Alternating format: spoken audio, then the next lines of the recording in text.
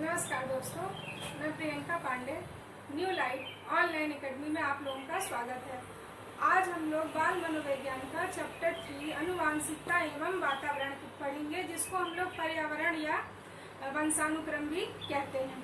Chapter शुरू करने से पहले दोस्तों मैं आप लोगों से ये कहना चाहूँगी कि अगर अभी तक आप लोग हमारे चैनल को सब्सक्राइब नहीं किए हैं तो सबसे पहले हमारे चैनल को सब्सक्राइब करिए और बेल आइकन को दबाना मत भूलिए और साथ ही साथ लाइक का बटन भी जरूर दबाएं। आइए हम लोग शुरू करते हैं वंशानुक्रम एवं वातावरण। तो सबसे पहले हम लोग शुरू करेंगे वंशानुक्रम, जिसको हम लोग अनुवांशिकता भी कहते हैं। अनुवांशिकता मतलब क्या होता है दोस्तों?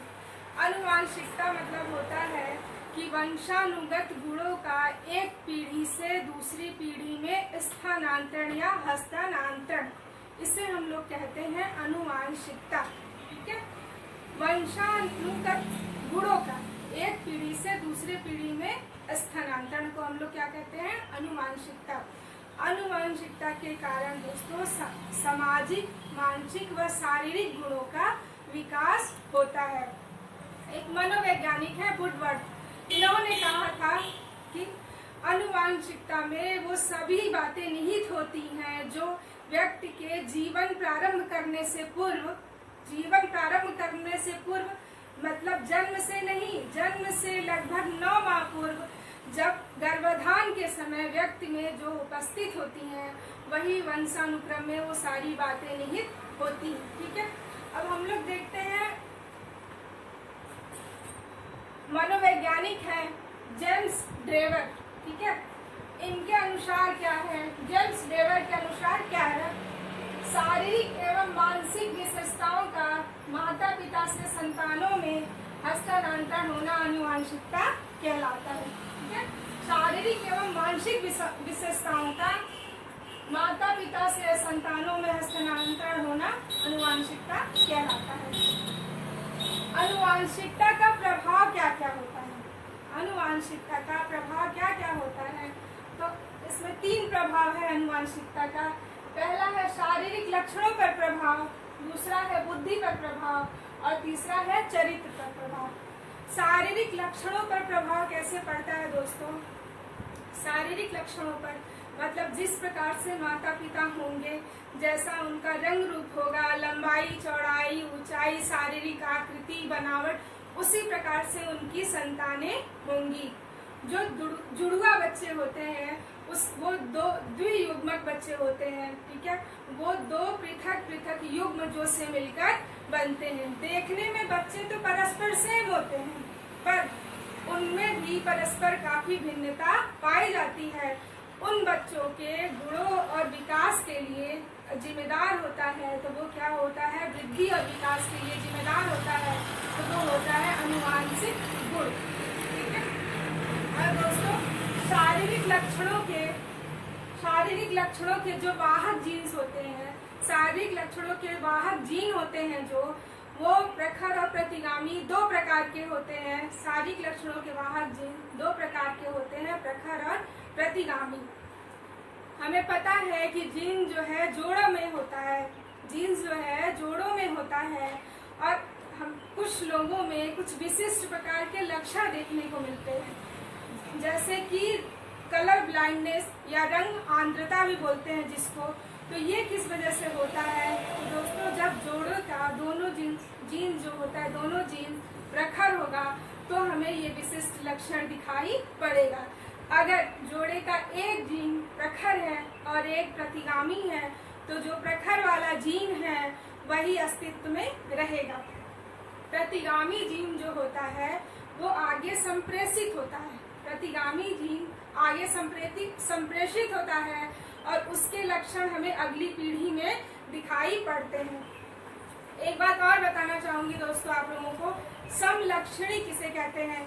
समलक्षणी मतलब कि जो अभिलक्षण प्रदर्शित हो रहे हो या दिखाई पड़ रहे हो उसे हम लोग कहते हैं समलक्षणी। जैसे कि आंखों का रंग, जैसे भूरे कलर का है या किसी का आंख नीले कलर का है, तो जिस प्रकार से माता पिता के आंखों का रंग होगा उस प्रकार से बच्चों के आंखों का रंग होगा, उसे हम लोग कहते हैं समलक्षणी। अब अगला हम लोग देखते हैं बुद्धि पर प्रभाव। बुद्धि पर प्रभाव, बुद्धि को हम लोग कैसे डिफाइन करते हैं? अधिगम की योग्यता, समायोजन की योग्यता और निर्णय लेने की क्षमता को हम लोग बुद्धि कहते हैं। ठीक है, अधिगम की योग्यता, समायोजन की योग्यता और निर्णय लेने की क्षमता को हम लोग बुद्धि कहते हैं। मनोवैज्ञानिक थे गोडार्ड। इन्होंने कहा था, इनके अनुसार था कि तीव्र बुद्धि वाले माता पिता के बच्चे तीव्र बुद्धि होते हैं और मंद बुद्धि वाले माता पिता की संतानें मंद बुद्धि होते हैं। जिस प्रकार से बच्चे की बुद्धि होगी उसी प्रकार से बच्चे का मानसिक विकास होगा। अगला हम लोग देखते हैं चरित्र पर प्रभाव। डगडेल नामक मनोवैज्ञानिक थे। इन्होंने कहा था कि बच्चे के चरित्र पर उनके माता पिता का प्रभाव पड़ता है। माता पिता का जिस प्रकार से चरित्र होगा उसी प्रकार से बच्चे का चरित्र होगा। इन्होंने इस बात को सिद्ध करने के लिए 1877 ईस्वी में ज्यूक नामक व्यक्ति के वंशजों पर अध्ययन करके इस बात को उन्होंने सिद्ध किया था कि माता पिता के चरित्र का असर उनके बच्चे पर पड़ता है। आगे हम लोग देखते हैं दोस्तों, अनुवांशिकता के नियम क्या क्या हैं। अनुवांशिकता के क्या क्या नियम हैं? अनुवांशिकता के 3 नियम हैं। पहला नियम है समानता का नियम। पहला क्या है? समानता का नियम। समानता के नियम में यह है कि जिस प्रकार से माता पिता होंगे उसी प्रकार से उनके बच्चे होंगे, मतलब माता पिता के समान उनके बच्चे होंगे। अगर गोरे माता पिता हैं तो गोरे बच्चे होंगे, काले माता पिता हैं तो काले बच्चे होंगे, लंबे माता पिता हैं तो लंबे बच्चे होंगे, छोटे माता पिता हैं तो छोटे बच्चे होंगे, मतलब माता पिता के समान बच्चे। अगला है भिन्नता का नियम। भिन्नता के नियम में क्या है कि माता पिता से कुछ भिन्न संतानें, एकदम विपरीत नहीं, कुछ भिन्न संतानें, उसको हम लोग कहते हैं भिन्नता का नियम। अगला है प्रत्यागमन का नियम। प्रत्यागमन के नियम में यह है कि माता पिता से ठीक विपरीत संतानें, माता पिता से ठीक विपरीत संतानें, अगर गोरे माता पिता हैं तो काले बच्चे होंगे, काले माता पिता हैं तो गोरे बच्चे होंगे। ठीक है, अब अगला हम लोग आगे देखते हैं अनुवांशिकता के सिद्धांत। अनुवांशिकता के सिद्धांत क्या क्या हैं? 5 सिद्धांत है अनुवांशिकता के। पहला सिद्धांत है जनन द्रव्यों की निरंतरता का सिद्धांत। इसको बीजमैन ने दिया था। ये सिद्धांत बीजमैन द्वारा दिया गया था। सबसे पहले हम लोग समझते हैं कि जनन द्रव्य क्या है। जनन द्रव्य किसे कहते हैं? तो जनन द्रव्य उसे कहते हैं जिससे शरीर का निर्माण होता है, वो द्रव्य जिससे शरीर का निर्माण होता है या मानव संरचना या किसी भी संरचना का निर्माण होता है, उसको हम लोग जनन द्रव्य कहते हैं, या तो उसको हम लोग शुक्राणु भी कहते हैं। ठीक है, तो जनन द्रव्य के निरंतरता के सिद्धांत में ये कहा गया है कि जनन द्रव्य जो होता है, शुक्राणु जो होता है, वो कभी भी नष्ट नहीं होता है। शुक्राणु कभी भी नष्ट नहीं होता है, वो एक पीढ़ी से दूसरी पीढ़ी में स्थानांतरण होता रहता है। ये है आपका जनन द्रव्य के निरंतरता का सिद्धांत। उम्मीद करती हूँ आप लोगों को समझ में आ रहा होगा। अगला हम लोग देखते हैं उपार्जित गुणों का असंचरण का सिद्धांत। उपार्जित गुणों का असंचरण का सिद्धांत। इसमें यह है, इसको भी बीजमैन ने दिया था। इनके अनुसार क्या था कि जो माता पिता से अर्जित गुण होते हैं उसका जो है आगे संचरित नहीं होता या आगे स्थानांतरित नहीं होता है। ठीक है, इनके अनुसार क्या था कि माता पिता से जो गुण संचरित होता है, उपार्जित होता है, वो आगे जो है स्थानांतरित नहीं होता है। इसको आप लोग एग्जाम्पल से समझिए कि हमें मनोविज्ञान में इंटरेस्ट है या मनोविज्ञान में मेरा मतलब बहुत इंटरेस्ट है, मुझे बहुत अच्छा लगता है, मैं इसमें मास्टर हूँ, पर ये जरूरी नहीं है कि हमारा बच्चा भी इसी क्षेत्र में इंटरेस्ट रखे या उसको ये सब्जेक्ट पसंद आए। ठीक है, अगला है उपार्जित गुणों के संचरण का सिद्धांत। इसको लैमार्क ने दिया था। इस सिद्धांत को लैमार्क ने दिया था। इन्होंने कहा था कि जो उपार्जित गुण है उसका स्थानांतरण एक पीढ़ी से दूसरी पीढ़ी में होता है। ठीक है, लेमार्क ने कहा था कि अर्जित गुणों का स्थानांतरण एक पीढ़ी से दूसरी पीढ़ी में होता है। इसको आप लोग एग्जाम्पल से समझिए। जिराफ की गर्दन जो है पहले उतनी ऊंची नहीं थी, उतनी लंबी नहीं थी। उसने भोजन के प्रयास में, भोजन की चाह में अपनी गर्दन को ऊपर उठा के अपनी गर्दन को उसने लंबा बनाया। उस वजह से उसका गर्दन जितना लंबा बनाया वही लंबाई उसकी एक पीढ़ी से दूसरी पीढ़ी में स्थानांतरित हो गई। ठीक है, तो ये है आपका उपार्जित गुणों के संचरण का नियम। अगला नियम है जीव सांख्यिकी का सिद्धांत। जीव सांख्यिकी का सिद्धांत जो है आपको डाल्टन ने दिया था। डाल्टन नामक मनोवैज्ञानिक ने इस सिद्धांत को दिया था। इनके अनुसार क्या था कि बालक में जो गुण स्थानांतरित होते हैं वो जरूरी नहीं है कि माता पिता से ही आए, वो कभी कभी पूर्वजों से भी आते हैं। इनके अनुसार कि माता पिता में स्थानांतरित गुण जो है वो जरूरी नहीं है, बच्चों में स्थानांतरित गुण जरूरी नहीं है कि माता पिता से ही आए, वो उनके पूर्वजों से भी मिल सकते हैं। आप एग्जाम्पल से समझिए कि जैसे हम लोग कहते हैं कि कई बार कहते हैं ये न मम्मी पे पड़ा है न पापा पे पड़ा है, लगता है ये बाबा या दादी पे पड़ गया है। ठीक है, अगला हम लोग देखते हैं मेंडल का सिद्धांत।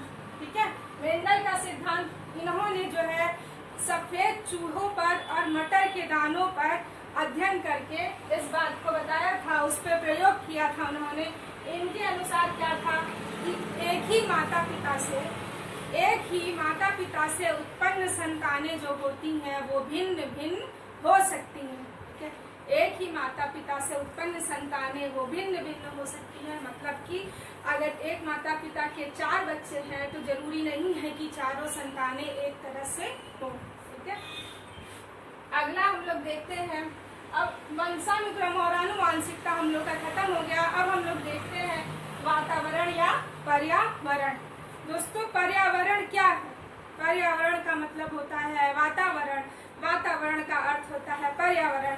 पर्यावरण मतलब क्या? पर्यावरण 2 शब्द से मिलकर बना है, परि प्लस आवरण। परि प्लस आवरण, परि मतलब होता है चारों ओर और आवरण मतलब होता है घिरा हुआ। ठीक है, परि मतलब होता है चारों ओर, आवरण मतलब होता है घिरा हुआ। तो मनुष्य जो है चारों ओर से नदी, वायु, वनस्पति, पहाड़, पठार, जल, इन सब से घिरा हुआ होता है। ये होता है वातावरण। वातावरण जो है 2 प्रकार के होते हैं। ठीक है, पहला होता है पारिवारिक वातावरण और दूसरा होता है विद्यालयी वातावरण। पारिवारिक वातावरण में क्या होता है? पारिवारिक वातावरण वो होता है जो बच्चे की पहली पाठशाला होती है और पहली शिक्षक कौन होती है? पहली शिक्षक माँ होती है। पारिवारिक वातावरण में बच्चों को अनौपचारिक शिक्षा दी जाती है। यहाँ पर बच्चों को अनौपचारिक शिक्षा दी जाती है। आपको ये पूछ सकता है कि पारिवारिक वातावरण कौन से अवस्था में स्टार्ट होता है, तो इसका आंसर होगा शैशव अवस्था। पारिवारिक वातावरण शैशव अवस्था में स्टार्ट होता है, यहीं से विद्यालयी वातावरण की नींव रखी जाती है। अगला हम लोग देखते हैं विद्यालयी वातावरण। विद्यालयी वातावरण में औपचारिक शिक्षा दी जाती है और ये कौन से अवस्था में स्टार्ट होता है, तो इसका आंसर होगा बाल्यावस्था। बाल्यावस्था में विद्यालयी वातावरण की प्रारंभ हो जाती है। यहाँ पे औपचारिक शिक्षा दी जाती है और यहाँ पे बच्चे को सही शिक्षा दीक्षा देके आगे उसके भविष्य को उज्जवल बनाया जाता है। आगे देखते हैं हम लोग कि वातावरण का प्रभाव। वातावरण का प्रभाव क्या है? आसानी होगी। वातावरण का प्रभाव, वातावरण का सबसे पहला हम लोग देखते हैं शारीरिक अंतर पर प्रभाव। शारीरिक अंतर पर प्रभाव, वैसे तो शारीरिक जो लक्षण होते हैं वो आनुवांशिकता पर निर्भर करते हैं। शारीरिक बनावट या संरचना आनुवांशिकता पर निर्भर करते हैं, पर कहीं न कहीं वातावरण का भी प्रभाव देखने को मिलता है। आप शारीरिक अंतर के प्रभाव में देखिए, एग्जाम्पल से देखिए कि पहाड़ी क्षेत्रों में रहने वाले लोग जो होते हैं, पहाड़ी क्षेत्रों में रहने वाले लोगों की कद जो होता है छोटा होता है, और जबकि मैदानी क्षेत्रों में रहने वाले लोगों का कद लंबा और गठीला होता है। ये है आपका शारीरिक अंतर का प्रभाव। ये किसकी वजह से है? ये वातावरण की वजह से है। अगला हम लोग देखते हैं प्रजाति श्रेष्ठता का प्रभाव। प्रजाति श्रेष्ठता का प्रभाव कुछ प्रजातियों की बौद्धिक श्रेष्ठता का कारण वंशानुगत न होकर वातावरण होता है। कुछ प्रजातियों की बौद्धिक श्रेष्ठता का कारण वंशानुगत न होकर वातावरणीय होता है। इसी कारण से उनका विकास की गति बहुत तेज होती है, क्योंकि उनके पास जो है उचित शैक्षिक, सांस्कृतिक और सामाजिक वातावरण उपलब्ध होता है। क्या होता है उनके पास? उचित शैक्षिक, सामाजिक और सांस्कृतिक वातावरण उपलब्ध होता है। इसको आप एग्जाम्पल से समझिए कि किसी एक महान व्यक्ति के पुत्र को हम लोग ऐसे वातावरण में रख दें जहाँ पे उचित या श्रेष्ठ, अच्छा शैक्षिक, सामाजिक और सांस्कृतिक वातावरण नहीं मिल रहा है, तो उस बच्चे का अपनी पिता की तरह महान बन पाना संभव नहीं होगा। ठीक है, आगे हम लोग देखते हैं व्यक्तित्व का प्रभाव। व्यक्तित्व का वातावरण पे क्या प्रभाव पड़ता है? तो कोई भी व्यक्ति उपयुक्त वातावरण में रहकर अपने व्यक्तित्व का निर्माण करके महान बन सकता है। कोई भी व्यक्ति जो है उपयुक्त वातावरण में रहकर अपने व्यक्तित्व का निर्माण करके महान व्यक्ति बन सकता है। कैसे? आप लोग एग्जाम्पल से समझिए कि अपने आसपास ही आप लोग देखे होंगे कि गरीब परिवार के बच्चे जो होते हैं वो कठिन मेहनत से, परिश्रम से, लगन से मेहनत करके वो आगे श्रेष्ठ, वो अपनी अच्छे जगह पे वो पोस्ट हो जाते हैं। वो अपने मेहनत से ही कहीं IAS बन जाते हैं या PCS बन जाते हैं, वो योग्यता हासिल कर लेते हैं। तो जैसे आप लोगों ने ये सुना होगा कि रिक्शे वाले का बच्चा जो है IAS हो गया, सब्जी बेचने वाले का बच्चा PCS हो गया। तो ये किस वजह से हुआ? ये व्यक्तित्व के प्रभाव की वजह से। वो अच्छे वातावरण में रह के अपने व्यक्तित्व को उसने सुधार लिया। इसमें मनोवैज्ञानिक हैं, 3 मनोवैज्ञानिक हैं, न्यूमैन, फ्रीमैन और वोल्जिंगर। न्यूमैन, फ्रीमैन और वोल्जिंगर, इन्होंने इस बात को सिद्ध करने के लिए कि व्यक्तित्व पे पर्यावरण का प्रभाव पड़ता है, इस बात को सिद्ध करने के लिए इन्होंने 20 जोड़े जुड़वा बच्चों पे अध्ययन किया। क्या? 20 जोड़े जुड़वा बच्चों पर अध्ययन किया। उन्होंने उन बच्चों को अलग अलग स्थानों पे रखकर उनका अध्ययन किया। जोड़े में से एक जोड़े बच्चों को उन्होंने ग्रामीण क्षेत्रों में रखा और एक जोड़े बच्चों को उन्होंने नगरीय क्षेत्रों में रखा। एक को ग्रामीण फॉर्म में रखा और एक को नगरीय में रखा। जब दोनों बच्चे बड़े हो गए तो उनमें पर्याप्त अंतर देखने को मिला। जब दोनों बच्चे बड़े हो गए तो उनमें पर्याप्त अंतर देखने को मिला। जो ग्रामीण क्षेत्रों में रहने वाले बच्चे थे, जो ग्रामीण फॉर्म में जो बच्चे पल बढ़ रहे थे, वो बच्चे जो है अशिष्ट थे और चिंता युक्त थे, चिंता से भरे हुए थे और बुद्धिमान थे। लेकिन जो नगरीय क्षेत्र में रह रहे थे बच्चे, वो क्या थे? शिष्ट थे और चिंता मुक्त थे और अधिक बुद्धिमान थे। अब अगला हम लोग देखते हैं मानसिक विकास पर प्रभाव। पर्यावरण का मानसिक विकास पर किस प्रकार से प्रभाव पड़ता है? तो मनोवैज्ञानिक हैं गोर्डन, इनके अनुसार उचित सामाजिक और सांस्कृतिक वातावरण नहीं मिलने पर मानसिक विकास की गति धीमी हो जाती है। उचित सामाजिक सांस्कृतिक वातावरण नहीं मिलने पर मानसिक विकास की गति धीमी हो जाती है। इन्होंने अपने इस बात को सिद्ध करने के लिए नदी के किनारे रह रहे बच्चों पर अध्ययन किया। उन्होंने देखा कि वहाँ का वातावरण अच्छा नहीं है, गंदा वातावरण है, अच्छा समाज नहीं है, तो वहाँ के बच्चे जो हैं उनका मानसिक विकास अच्छे से नहीं हो पाया है। अगला हम लोग देखते हैं बालक पर बहुमुखी प्रभाव। बालक पर वातावरण का बहुमुखी प्रभाव पड़ता है। क्या वातावरण बालक के शारीरिक, मानसिक, सामाजिक और संवेगात्मक आदि सभी अंगों पर प्रभाव डालता है। वातावरण बालक के शारीरिक, मानसिक, सामाजिक और संवेगात्मक सभी अंगों पर प्रभाव डालता है।